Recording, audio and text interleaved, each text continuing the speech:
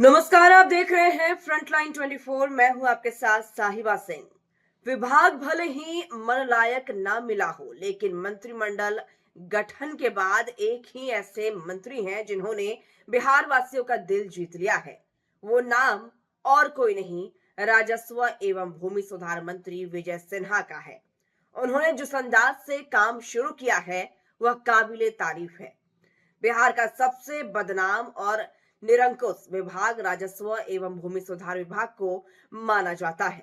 इस विभाग में कोई नियम कानून नहीं है, जिसकी लाठी उसकी भैंस जैसी बात है।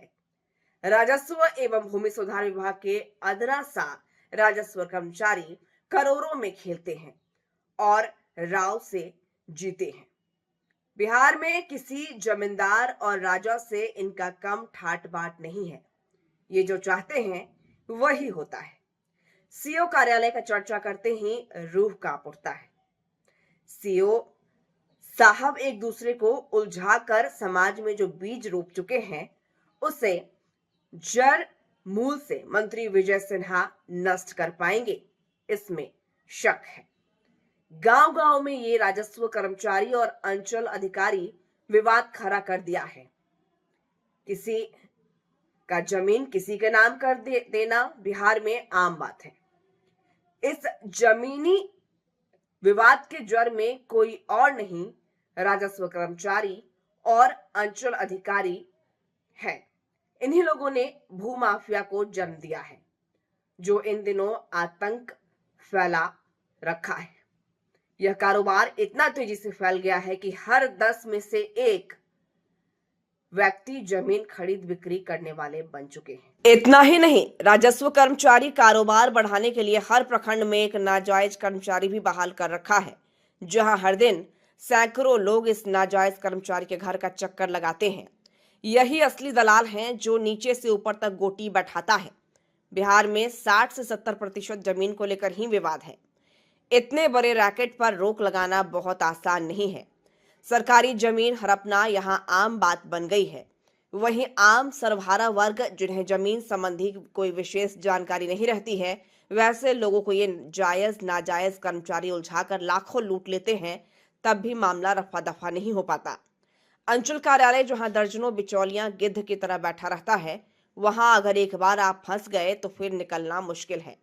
हालात ऐसे बन गए हैं कि इस विभाग में कोई मंत्री और ईमानदार पदाधिकारी अंदर हाथ नहीं डालना चाहते हैं। बिहार में राजस्व एवं भूमि सुधार विभाग को काल कोठरी के नाम से जाना जाता है। जिन्होंने इस काल कोठरी में हाथ डालने का प्रयास किया, उनका चेहरा दागदार होना तय है। इसके एक नहीं कई उदाहरण हैं। सबसे ताज्जुब इस बात की है कि मुख्यमंत्री नीतीश कुमार के नाक के सामने यह गोरखधंधा वर्षों से होता रहा है, लेकिन उनकी नजर इस ओर नहीं है। सिर्फ इस जायज नाजायज कर्मचारियों की संपत्ति की ईमानदारी से जांच हो जाए, सब कुछ सामने दिखने लगेगा।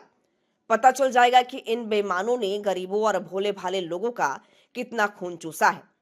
मंत्री विजय सिन्हा इस विभाग को ठीक करने का जो संकल्प लिया है, यह बहुत आसान नहीं है। विजय सिन्हा इस मुहिम में कितना सफल होंगे, यह तो समय बताएगा। लेकिन मंत्री विजय सिन्हा को भले ही सरकार और पदाधिकारियों का साथ मिले न मिले, बिहार की जनता उनके साथ है। राजस्व एवं भूमि सुधार विभाग में बड़ा ऑपरेशन जरूरी है, नहीं तो बिहार में हालात बिगड़ते चले जाएंगे और जमीनी विवाद बढ़ता चला जाएगा। इस रैकेट के खिलाफ कोई मुंह नहीं खोलता, अगर खोल दिया तो जान भी गंवानी पड़ती है। हालांकि ऐसा पहली बार देखने को मिल रहा है कि मंत्री विजय सिन्हा ने जो मुहिम चलाया है, इससे इस सिंडिकेट में खौफ जरूर है। मंत्री के खिलाफ तरह तरह का चक्रव्यूह रचा जा रहा है। बावजूद इसके मंत्री विजय सिन्हा डटे हुए हैं और बिहार में सर्वत्र उनकी प्रशंसा हो रही है। उन्होंने ठान लिया है कि राजस्व एवं भूमि सुधार विभाग को पटरी पर लाकर ही दम लेंगे, परिणाम चाहे जो हो।